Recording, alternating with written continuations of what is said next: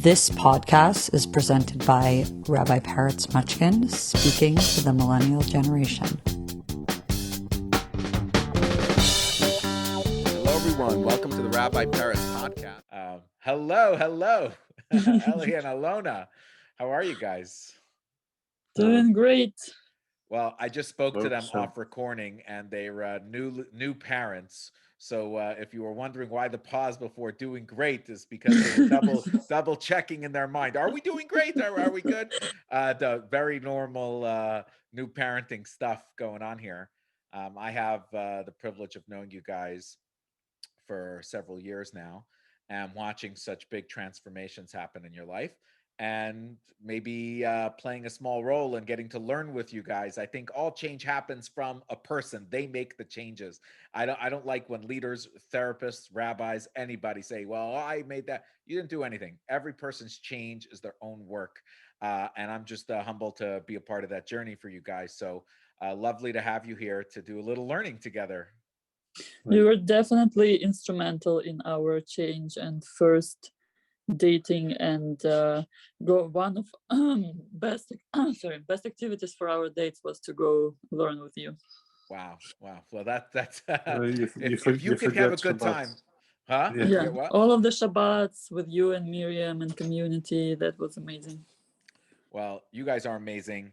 Back when when we were living in San Francisco and we were doing classes together, I was very driven by this idea of having a much clearer, vision for an individual's life.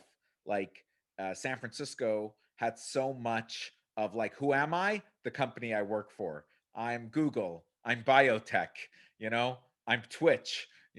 I'm Amazon. So having those identities, we only see the falsehood now, where they're just big, huge corporations that people work for and do what they can to make a living. But when they were starting, 10, 12 years ago, to really become who they were, people were so like, I reached the pinnacle of my life because I work for these companies and I do this work.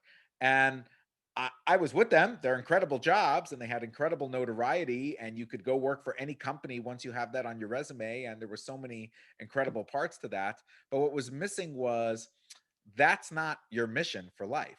You have this other mission that you may have not uncovered. You may not even have the words to discuss yet of what that mission is.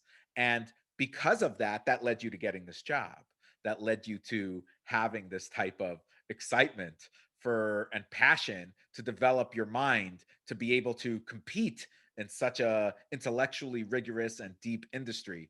So if you can figure out what it is that made you you, instead of like natural selection and randomness and luck, if you could find an actual pattern that motivated you, then you could, create a mission statement. And when you create a mission, you can follow that and use that to be successful at everything that life throws your way, whether you stay at that job, whether you become a parent, whether you have issues in relationships, or anything else in that matter. So that was a big part of what we did then, is to ask people to think about what their mission is in life and what drives them and what are their goals. And by having a personal mission statement that you develop for yourself, you'll be able to clearly learn to identify that self, independent of just external realities. Right? Does that sound about what we used to talk about a lot? So the more than the personal mission, the part which actually got in both our minds, which we used a lot, was ourselves and our friends, were the mission of the family. I think it's one thing to be focused on your own mission, but if it's diverging from the mission of the family, then maybe you're in the wrong boat, or maybe you need to rethink what's going on. The reason why I'm trying to like bring attention to this and just give you like, I give you a huge thanks for this specific mindset, is that I've been using it with all of my friends who are doubting their relationship, who are like going through the hard phases. And the only question which I ask them, like, why exactly they're together? What's the mission? What's the reason? What's the reason for their company, right? The corporation. You say, you circling back to the idea that you're working for the company, right? Every company has a mission. Like, how are you connected to that mission? And so I think this is very important question to ask and answer. I think, Yes, and can I add? And I wanted to add that it's like the personal mission, then like a couple mission, and then once you become a parent, then it's like the whole like the family of three mission, which is like keeps building up, and then but then priorities all flip over because you start thinking less and less of yourself and more of other people in your close circles. And what's like, as together, what do you do? It's very inspirational to see you guys have adapted that message correctly, and not just adapted from me. I mean, ultimately, I'm sharing with you a Jewish cornerstone, which I'll explain in a moment. But it's really a Jewish cornerstone, and the adaptation is the personal element. When a person gets married, they have to morph their mission into a relationship mission. It has to be. And not just because it's good for the relationship, but because that's actually the purpose of your own goals and your own vision for the world, is how things come together. And although there are people who feel they need to go at it alone, ultimately, in context of relationship, you have a much deeper connection to the world, because the world, every facet of it, is relationship based. It's all about things coming together. There is no singular edifice onto itself. The only thing we call singular in spiritual terms is, I guess, divine, God, higher reality. And even that, the whole interpretation of divinity or godliness, is the relationship it has with us. So the mission is always to create that connection and bridge that gap. And the most important time to really see that be successful is in a relationship, is to live according to that mission. And that becomes your North Star. And I think appropriately, when people are challenged in relationships, I think that is very solid advice. Well, what is the mission of this relationship? And sometimes, people only realize later on that what they thought was a mission was never really put into words or put down into a set that they could like put into a vessel and be like, that's what we are. It's more like, yeah, generally we get along, we like the same things, and we have good chemistry, but that's not a mission, you know.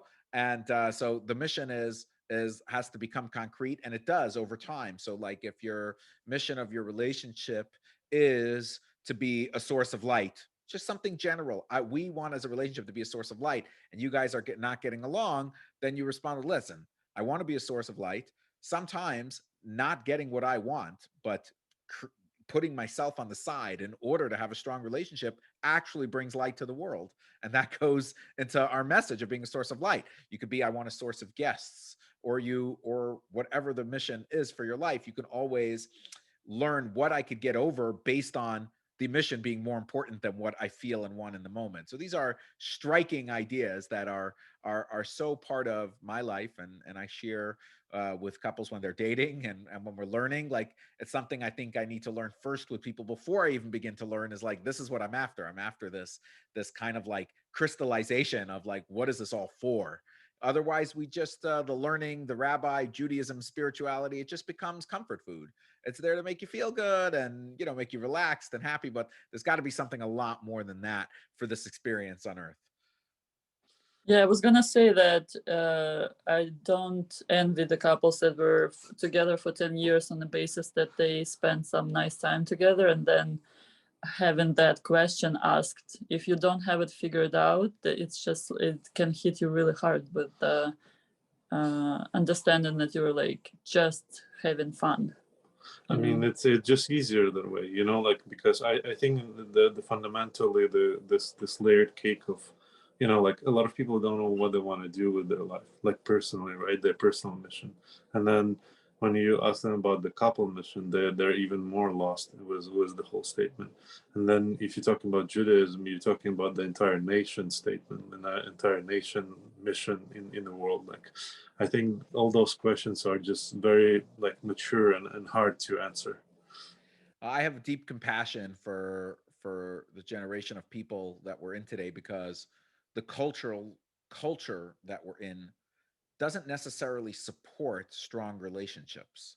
You know, we support um, this collective search for an equilibrium that that is elusive. You know, it isn't easy to find, and it's there is nobility to the cultural desire for unity and harmony and getting along and not judging people. There's definitely nobility to that. There's something special to it. However, it comes at the price of individual relationships not necessarily being supported. And I don't want to go into a rabbit hole about like why culture doesn't support relationships, but statistics show that it doesn't.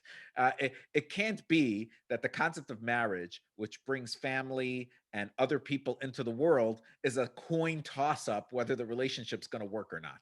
That means that culture is not supporting it.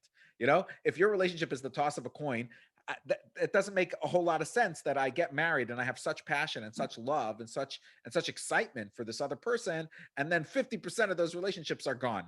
Like, why the toss up? Why the randomness? So I think it feeds the futility, the the like that the world isn't real and it's all random. Like, I think that those things really are fed, and because they're fed that way, it starts seeping into all relationships. Like, like will we make it?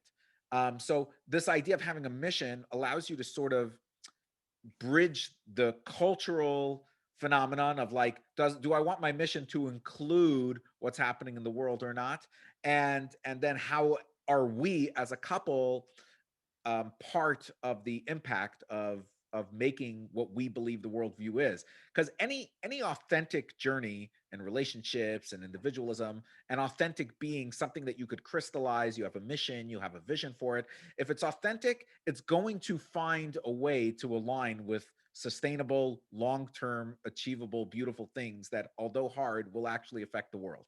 So these things are so important to discuss. And wouldn't you believe, this is the week to discuss them. This is the week to discuss them. Adar.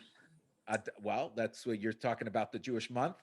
It's actually in the portion of this week, in the Torah portion of this week. Ah. Okay. And this week's Torah portion, it says the Jewish mission statement. It's right there in the Torah portion. Very short. The best mission statements are very short. And the mission statement is, God says, make for me a dwelling place and I will dwell in it. That's the mission statement. It's a simple mission that the whole entire world is about creating a dwelling place.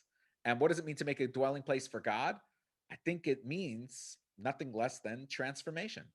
Like, it means, what does it mean? I'm making a dwelling place for an unseen energy that is everywhere. I don't need to create anything for God. He created everything. It created everything. She created everything. By the way, all those names are true of God. There's just different levels, and each level, it doesn't need our support. In a similar vein, that when a person has a good job and a good mission, they don't always feel the need for marriage because I have what I need. I may want the pleasure of relationships, but I don't know if I want the commitment. But ultimately, the word va'asu, make for me, doesn't mean God saying make for me. God already made everything. It means put in effort. Transformation requires effort. And it does take effort to have a great relationship. You can't get away with that. It does take effort to have a great mission. And it takes more effort to have a relationship than to personally reach all your goals. In fact, you have to let go of some of your goals to have a great relationship, which shows you how that's a lot harder and requires more effort and a transformative outlook to how it's going to be. So this is this portion idea, just these words, make for me. The word make means work. It means transform. It means put in effort. It means make something happen. So our life does require effort, which lets you know why a lot of people, unfortunately, don't feel like they want to do it. It's hard. It is hard. People say, why do Jews have a difficult time? I say, maybe just at the core, people struggle with the effort it takes to really get it done. Something challenging about having a mission. So it's right here. It's timely. It's part of our life. And I think it really is more inclusive of a mission than you could possibly imagine, because the idea that every person in this world has to find an authentic space where they can create a dwelling place. In other words, create a space of transformation where, the limited and the unlimited meet, the the the temporary human being and the eternal force and energy of the world come together. That's nothing less than transformation, and that effort is worth our while. It's worth our time to create that space, because that's where you find the lasting and sustainable joy that you need to do what you do. That's true. I wanted to add to this. I really like the phrase that good things are worth fighting for. Um, I think it needs to have it's not a complete phrase, because I think the complete phrase should be good things worth fighting for, because the things you're not worth fighting for are, you don't need them. So by this I'm trying to say that everything that's important, everything that's actually important for you is usually hard. And so it's usually worth working on it and fighting and choosing the path of um, of not fighting or not working hard for to achieving those things makes you focus on not important things. Something about the long, short way, short, long way. Yeah. I think that's and it is very hard. I think to be honest, as someone from outside of American culture, the thing which I've heard a lot was follow your dreams, and personally I think this is a very bad phrase, because it's not focusing on what exactly you're trying to achieve. It's mostly focused on what exactly you're trying to get, or what what you can get from your life. Like focus on that part. I don't. I think that changing it to something, follow your passion or follow your mission would be a harder, and more interesting rule in life. So instead of me perhaps taking down follow your dreams and saying that I agree with you, because I think from the lens you're saying it, coming from an outside culture, you're from Ukraine, correct? Yeah. Is that a Yes. line people in Ukraine grew up with? Follow your dreams? No. No, he says that he's heard it from outside of the That's what I'm States. saying. Why do you think it's not that line wasn't where you were growing up? Oh. Because we needed to survive. Yeah, our baseline was like, if you're not successful, you're gonna die. Right. You don't have a So job, you're gonna die. it's very somber. It's very real. Well, Yes. so I'll tell you like this. The following your dreams element, although it's not perhaps a Jewish line, there's no like follow your chalomot, follow your dreams. There's no line like that. But there is an idea, even within this line, Va'asu li mikdash.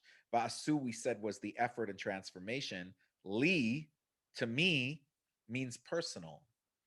Like sometimes dreams is where you find your personal. You see, in survivalism, it's not always personal, because you'll adapt and take on other personas in order to live, in order to be, but you may not totally find who you are and what you are entirely, because you're somewhat stuck with I gotta survive. Forget who am I gotta live. I gotta survive. But in Judaism, there's this incredible emphasis placed on finding yourself. Moses, when he meets God, this is a line from Rabbi Jonathan Sachs, who passed away last year, Alav Shalom, and he said, sometimes I just think about how the first thing Moses says to God, the first question Moshe actually asks Hashem is, who am I? Mi anochi. So like, who am I? What type of question is that? Who are you? You are you. It's what is unique about my experience and what I need to accomplish here. And that's where this third word is, va'asuli. What does it mean to make personal? Mikdash. Mikdash comes from the idea that there is a sense of silliness to this world. There's a sense of um, lack of meaning to so many things we do. It's like I generally understand that brushing my teeth is good for me because keeps me from the dentist, and it gives me a longer, better hygiene. And we learn now that it's good for the heart and it's good for other. But ultimately, every single time you brush your teeth, you feel like it's meaningful, you know. But comes Judaism and says, yeah, there's nothing that's not meaningful in this world.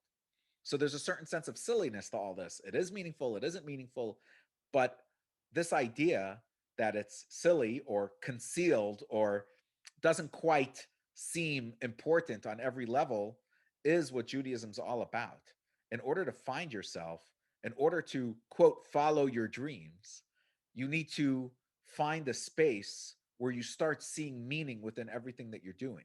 And you start creating a pattern that, because I'm personal, and because Va'asu, I put in effort and I'm authentic on this journey, Mikdush, everything I make has a space where there's purpose. Because I am purposeful, everything I engage with is purposeful.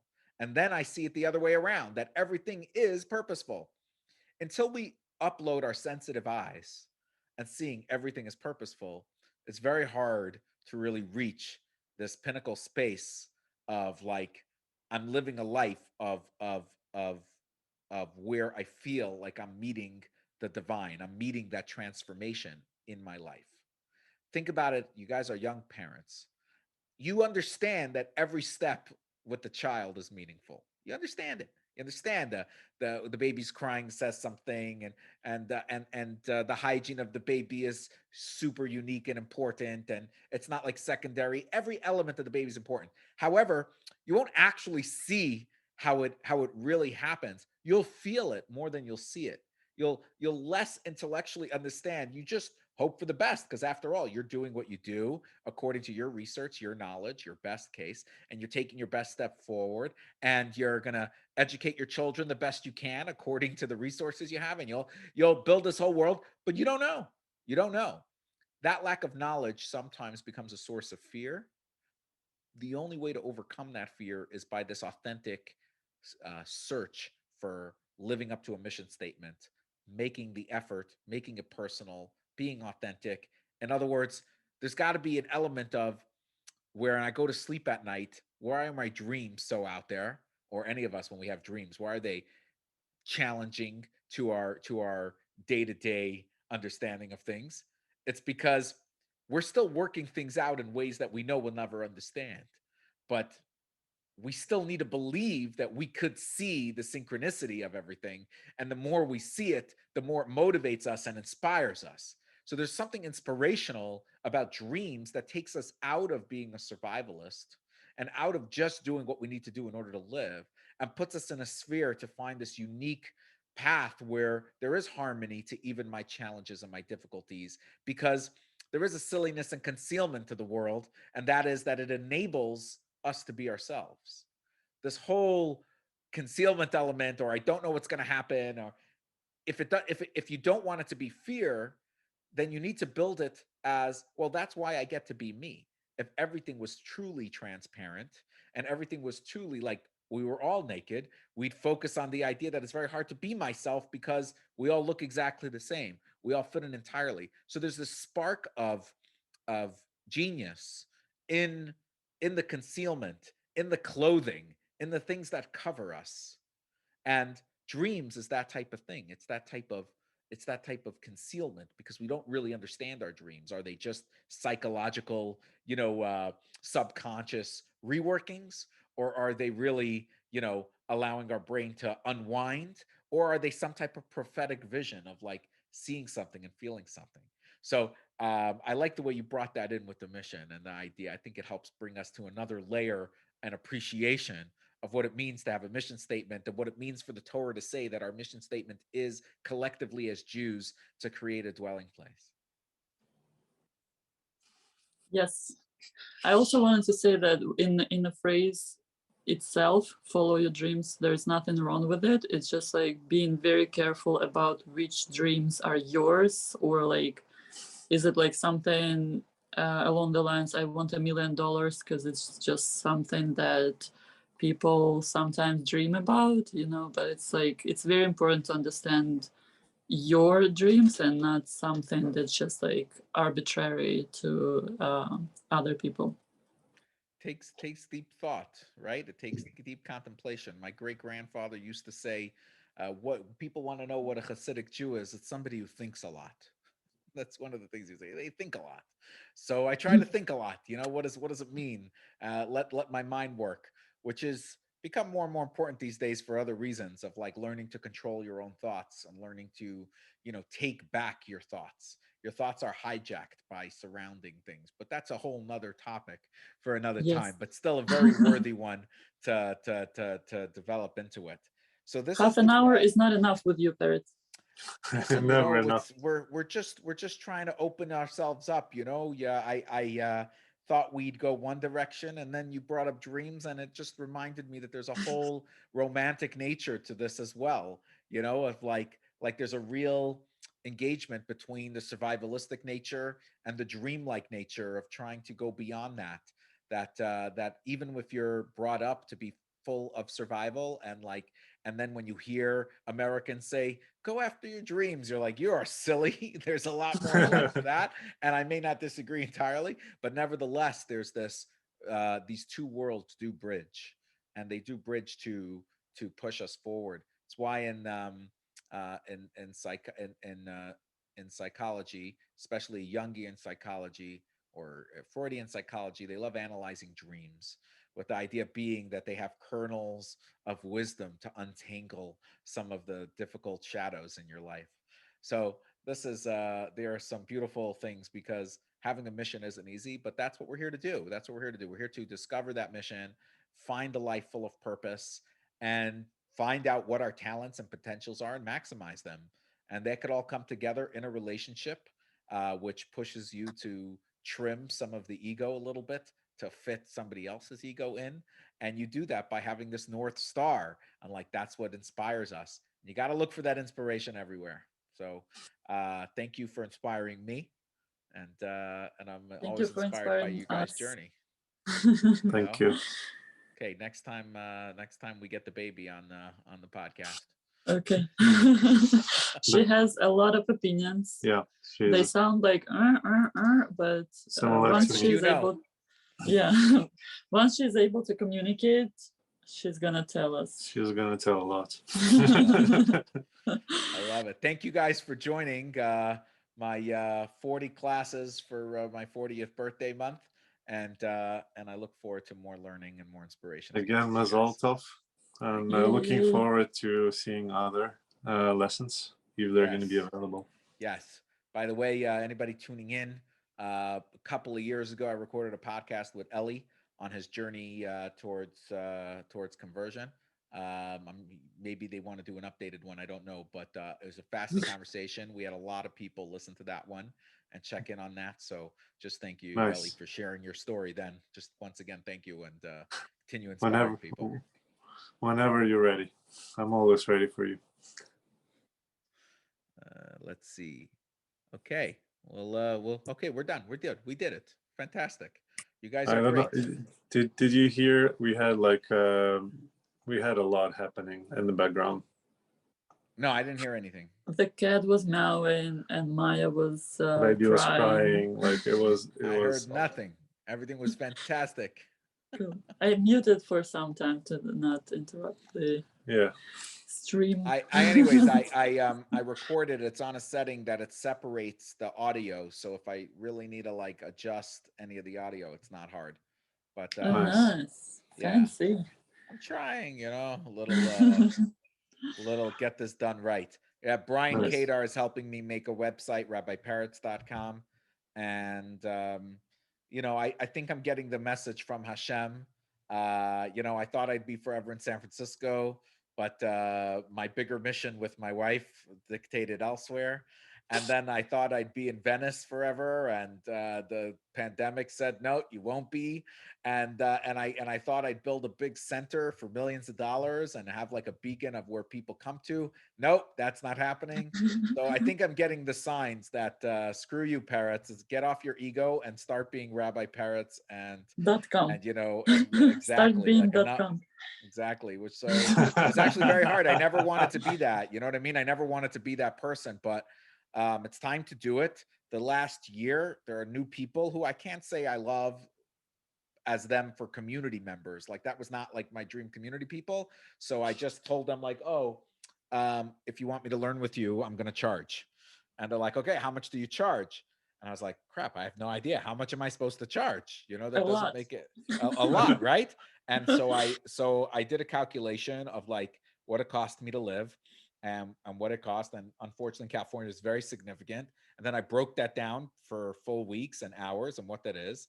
So I came up with a price of a scale between 150 and 350 an hour, depending on the person. So and then the people who say that they can't, even 150 is too expensive, then I tell them, okay, then you can specify for a half hour instead of lowering the hourly rate, just less time, and that way I could both support myself and do it with a clean conscience, like this is my job. And this is what Rabbi Parrots is about, to teach and to inspire, and that's it. And I'm better than your therapist, so why should I, ultimately charge nothing? Definitely. So that's become a new thing. You need to get certificates so they can charge insurance. Then they're all gonna be fine. Insurance it's called a rabbi degree. I have I know. Enough is enough. But I don't know. But I can tell you, you'll never stop learning. Never stop learning, no question. My dad called me up. He's like, you want to go into an advanced rabbinical course? It's 2 years. I said, it's interesting. I don't know if I'm ready. He goes, we'll do it together. You and I will learn for 4 or 5 hours a day and we'll do it. I was like, wait, I have to spend 4 or 5 hours a day with my dad? I don't know if I could do that right now in my life, So, see, I learned something. Maybe that's not the right...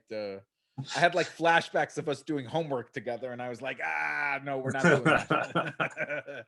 So, I actually really loved your last podcast with Miriam, and I'm glad that you're doing steps towards more online presence, and I can't wait to see and hear more. Yeah, I mean, I'm gonna be uploading these classes as soon as I do them. Like these are gonna be also. I'm gonna if I record 40 classes, then there'll be 40 podcasts in the next month. Like that's just how it's gonna be, because like it's just very important to get this done.